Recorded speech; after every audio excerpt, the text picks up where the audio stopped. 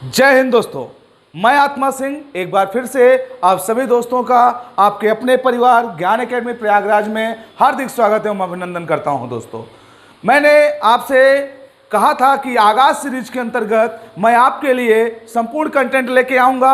उसी के क्रम में आगे आज मैं पर्यावरण के लेक्चर 3 लेके आया हूं और इसके अंदर मैं आपको बेहतरीन कंटेंट प्रोवाइड करवाने वाला हूं। इसलिए ध्यान से बिल्कुल बेहतरीन तरीके से एनर्जेटिक होकर के बैठिए, पेन कॉपी लेकर बैठिए और देखिए फिर मजा कैसे पर्यावरण हम इजी वे में पढ़ते हैं।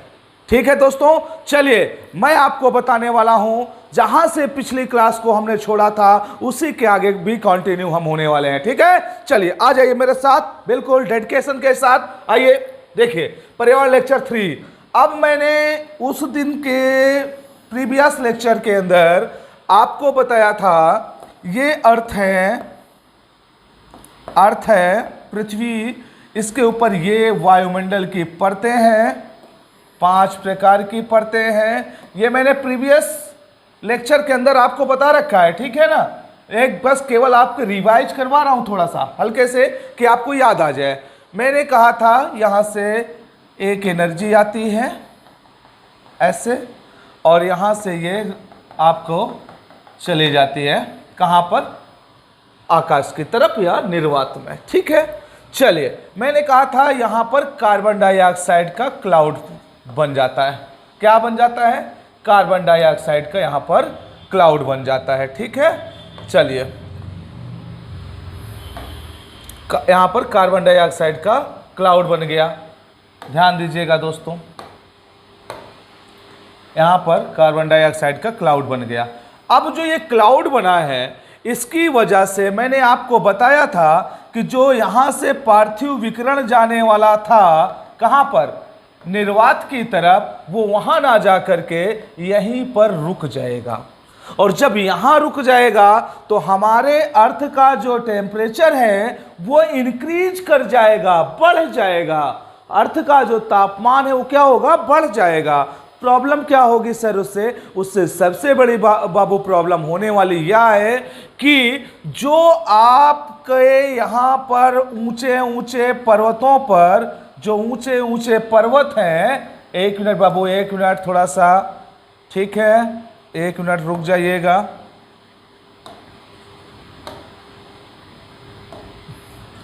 एक मिनट, जो ये ऊंचे ऊंचे आप पर्वत देख पा रहे हैं, जो ऊंचे ऊंचे पर्वत हैं, इनके ऊपर यहाँ ग्लेशियर्स जमे होते हैं और जैसे तापमान बढ़ेगा आपके वायुमंडल में, खासकर क्षोभ मंडल के नीचे, वैसे यह ग्लेशियर पिघल करके यहाँ से नीचे आकर के और समुद्र तक फ्लो कर जाएंगे। तो आपके सामने एक प्रॉब्लम क्रिएट हो जाएगी। वह प्रॉब्लम क्या होगी दोस्तों? प्रॉब्लम होगी पेयजल की व्यवस्था कैसे की जाए। पेयजल की समस्या हो जाएगी आपके सामने। और क्या होगा, साथ में सिंचाई के लिए समस्याएं आपके सामने आ जाएंगी, सिंचाई के लिए भी दिक्कतें होने लगेंगी। इस तरीके से आप देखेंगे कि आपके अर्थ पर पानी की कमी होने लगेगी दोस्तों। ठीक है, और बताता हूं, वायुमंडल में आप समताप मंडल के अंतर्गत जो ये परत पाई जाती है, समताप मंडल वाली ये वाली परत जो पाई जाती है, समताप मंडल के अंतर्गत आप देखेंगे, पाएंगे यहां पर एक और लेयर पाई जाती है जिसका नाम है क्या, ओजोन लेयर। क्या कहते हैं इसे? जीवन रक्षक पेटी कहा जाता है दोस्तों। क्या बोलते हैं इसको? जीवन रक्षक पेटी कहते हैं, जीवन रक्षक पेटी कहा जाता है या परत कहा जाता है। ठीक है, अब यहां से देखिएगा, जो ये जीवन रक्षक पेटी है ये अल्ट्रावायलेट रेज को, जो सन से आने वाले अल्ट्रावायलेट रेज हैं, वो यूवी रेज हैं, उनको ये अवशोषित कर लेता है ताकि हमारे जीवन की ये रक्षा कर सके। तो ये हमारे फंक्शन रहे वायुमंडल के विषय में। आपको जानकारी के लिए बता देता हूं, जो समताप मंडल होता है यहीं पर जेट विमान उड़ा करते हैं। क्या उड़ते हैं दोस्तों? जेट विमान उड़ान भरते हैं, जेट विमान उड़ान भरते हैं। ठीक है दोस्तों, यहाँ पर जेट विमान उड़ान भरते हैं। फिर इसके बाद अगर हम बात करें तो ये आयनोस्फीयर है, आयनोस्फीयर है। तो आयनोस्फीयर जो ये वाली परत है, ये वाली परत, इस परत में सबसे ज्यादा क्या होता है कि यहीं पर जो सैटेलाइट होते हैं, जो हमारे दूर संचार से संबंधित सैटेलाइट होते हैं, यहीं पर स्थापित किए जाते हैं। जितने टीवी, मोबाइल जो भी हम चलाते हैं वो सब सैटेलाइट यहीं पर होते हैं। यहीं से रिफ्लेक्ट होकर के हमारे मोबाइल और हमारे टीवी, फोन जो भी हैं वो सब सिग्नल को कैच करते हैं। ठीक है, तो ये हो गया वायुमंडल की विशेषताएं, इसलिए आपको वायुमंडल जरूरी है। चलिए, अगर ये आपके समझ में आ गया हो तो आप इसको नोट कर लीजिएगा कि वायुमंडल आपके लिए क्यों जरूरी है। दोस्तों, मतलब ये सीधा से कहने के लिए कि वायुमंडल के विषय में अगर आप जानकारी रखते हैं तो बेहतर है। अगर वायुमंडल को आप जानते हैं तब तो अच्छा है, लेकिन अगर वायुमंडल के विषय में संपूर्ण जानकारी नहीं रखते तो प्रॉब्लम ये हो जाती है कि आपको ये लगता ही नहीं कि क्या वायुमंडल भी हमारा हमसे परेशान है। चलिए, इसी क्रम में आगे हम चलते हैं दूसरी जगह, दूसरे पॉइंट पर, नेक्स्ट पॉइंट पे चलते हैं। जल के विषय में हम बात करते हैं। जैसे जलमंडल होता है, जलमंडल या जल के लिए हम देखते हैं। देखिए, जल हमारे लिए क्या है, जल को हम कैसे समझ सकते हैं। बहुत ईजी है जल को समझना। पृथ्वी पर जल की कुल मात्रा जो होती है लगभग क्या होती है, समान होती है। पृथ्वी पर जल की जो मात्रा होती है, जल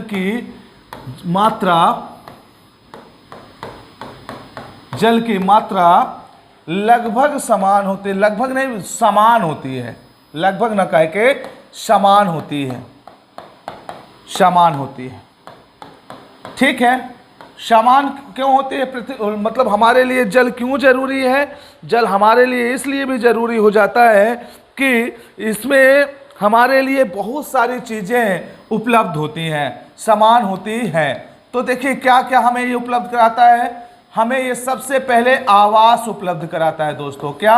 आवास उपलब्ध कराता है। और क्या उपलब्ध कराता है? हमें ये एक पारितंत्र उपलब्ध कराता है। क्या? इकोसिस्टम में आपको ये जानना, इकोलॉजी में ये जानना बहुत जरूरी है कि पारितंत्र का निर्माण करता है, ये एक हैबिटेट का निर्माण करता है, आवास का निर्माण करता है।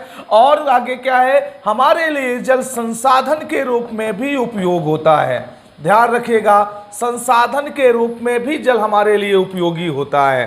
ठीक, तो आप इसकी इंपॉर्टेंसी तो समझ पा रहे हैं ना। तो जो इसकी इंपॉर्टेंसी है उसी के आधार पर आगे मैं इसको डिफाइन करने वाला हूं। मान लीजिए आप कैसे, बहुत इजी वे में इसको समझिए, बिल्कुल इसमें हिचक नहीं करना आपको, आप इसको बहुत साधारणतया समझ सकते हैं। चलिए मैं बात करता हूं थोड़ा सा और आगे, शायद अभी आपके समझ में ना आया हो। चलिए बात करते हैं आवास के रूप में कैसे इंपॉर्टेंट है। देखिए आवास के रूप में ये कैसे इंपॉर्टेंट है आपका जल। आपको पता है ना, बचपन से पढ़ते चले आए हैं, मछली जल की रानी है, जीवन उसका पानी है, हाथ लगाओगे डर जाएगी, अरे बाहर निकालोगे तो मर जाएगी। बुझाया? अच्छा आगे चलो। तो मछली ही केवल जल में नहीं रहती है, जल में तो विभिन्न प्रकार के जीव जंतु रहते हैं। इसमें तो बहुत सारे जीव आपको देखने को मिलेंगे। मिलेंगे कि नहीं मिलेंगे बताओ? अच्छा मिलेंगे ना, बहुत प्रकार के जीव मिलेंगे। तो बाबू यहाँ पर ये एक आवास, शेल्टर भी बन जाता है, आपके लिए एक हैबिटेट का कोई काम करता है। और दूसरी बात, इसमें विभिन्न प्रकार के आपको जीव जंतु भी देखने को मिलेंगे। जैसे अगर मैं कहूं कि मछलियां मिलेंगी आपको, घड़ियाल है, कछुआ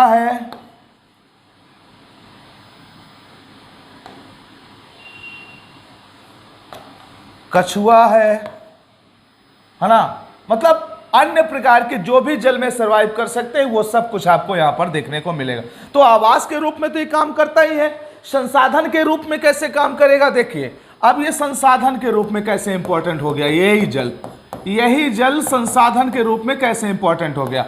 देखिए बाबू, हमारे देश में या किसी भी देश में जो कोस्टल तट वाले क्षेत्र होते हैं, जैसे हमें आपको पता होगा, जानकारी होगी विशेष रूप से कि हमारे इंडिया में 9 राज्य कोस्टल एरिया में स्थित हैं। कितने राज्य? 9 राज्य। काउंट करेंगे क्या? कर लीजिए, आपको करना है तो गुजरात, महाराष्ट्र, गोवा, कर्नाटक, तमिलनाडु, कर्नाटक, केरला, कितने हो गए 5, तमिलनाडु, आंध्रा, उड़ीसा, पश्चिम बंगाल, 9 है। मतलब 5 जो है वो वेस्टर्न साइड पे है और 4 जो है वो ईस्टर्न साइड पे है। 9 क्षेत्र ऐसे हैं जो कोस्टल एरिया पे हैं। नहीं समझ में आई बात? चलो मैं थोड़ा सा मैपिंग कर देता हूं, ठीक है? कर दूं? चलिए, आप लोग कह रहे हैं तो जरूर कर देता हूं, ठीक है? थोड़ा सा मैपिंग करता हूं।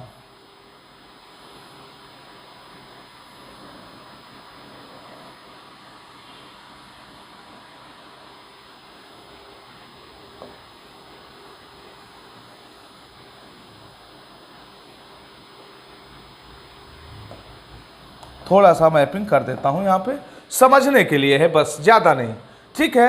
मतलब यहां से लेके गुजरात से तट से लेकर के, ध्यान दीजिएगा, गुजरात के तट से लेकर के ये यहां तक 5 क्षेत्र आपको मिलेंगे और यहां से लेकर के यहां तक 4 क्षेत्र आपको मिलेंगे।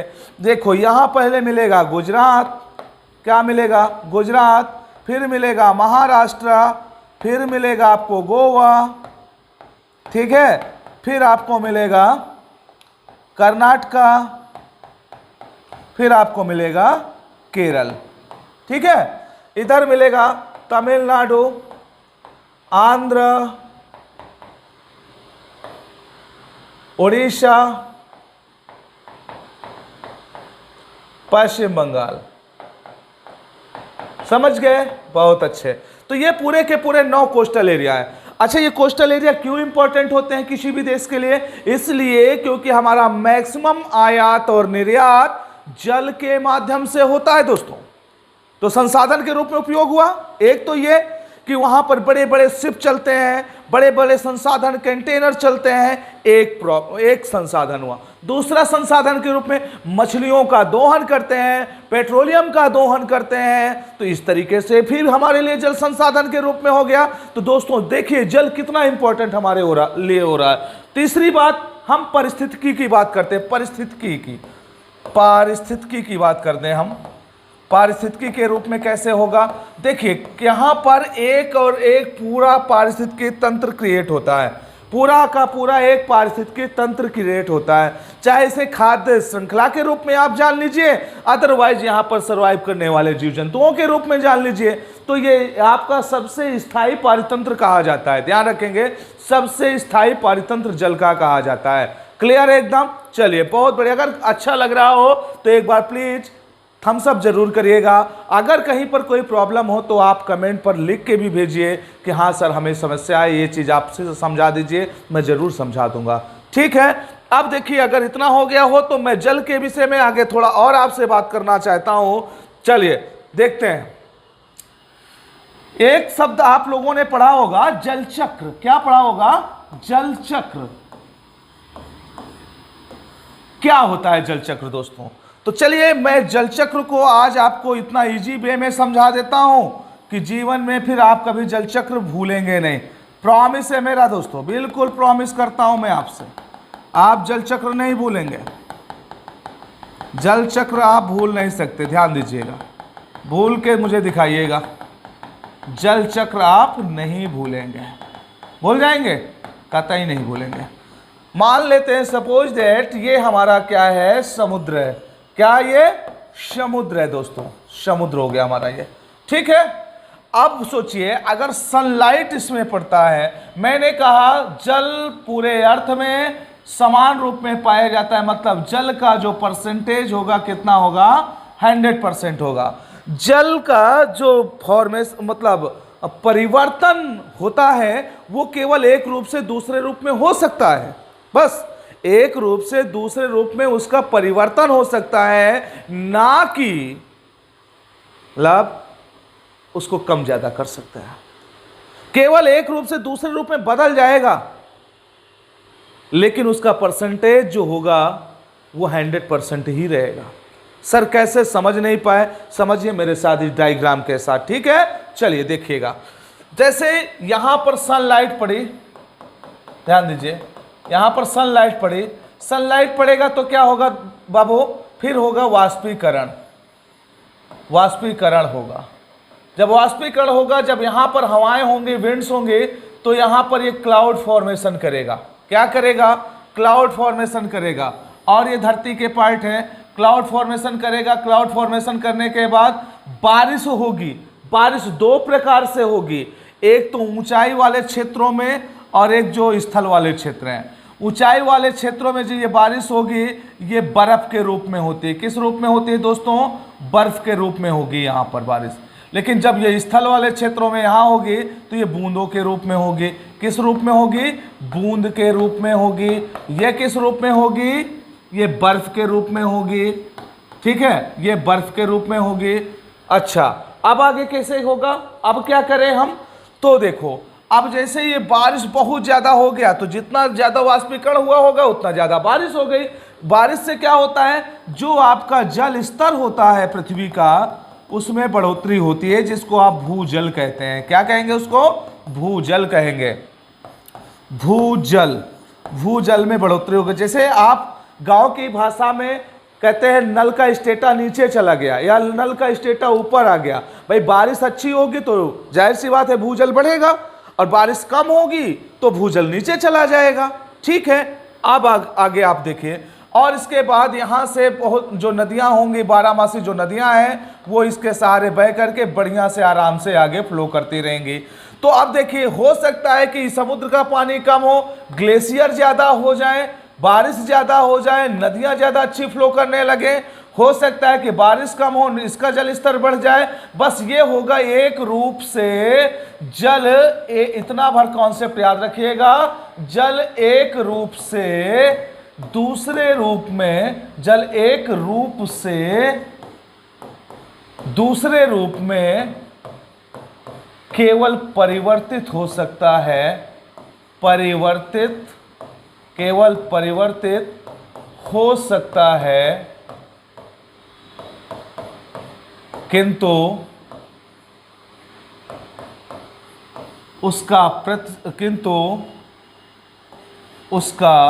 उसकी मात्रा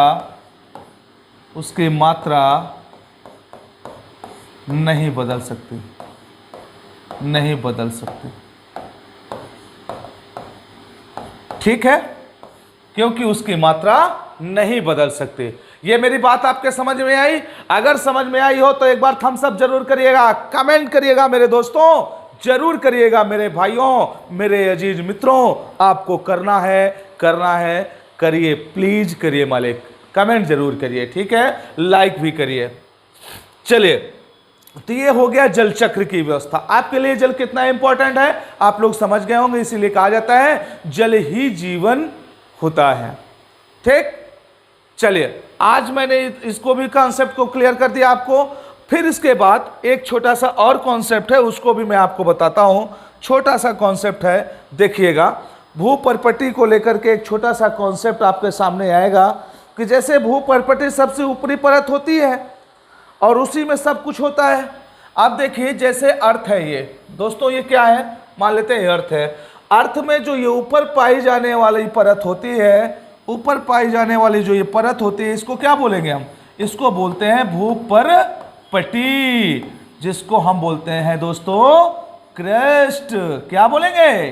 क्रस्ट बोलेंगे। मेरे साथ मिलके बोलो, क्रस्ट बोलेंगे इसको। अच्छा, क्रस्ट जो होता है, इसी में आपको जंगल मिलेंगे, पेड़ पौधे मिलेंगे।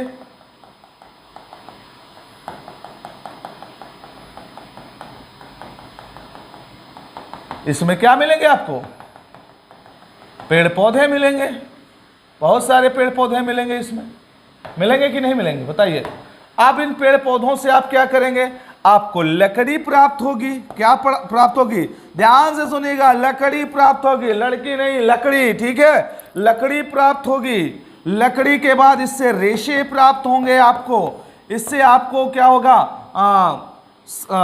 इससे रेशम भी प्राप्त होता है आपको इन्हीं पेड़ पौधों से। इसी से आपको वस्त्र प्राप्त होता है। दोस्तों, कह सकते हैं हमारी जितनी आवश्यक नीड्स होती है, ये सब के सब अजैविक कारकों से ही पूरा होता है। That's all.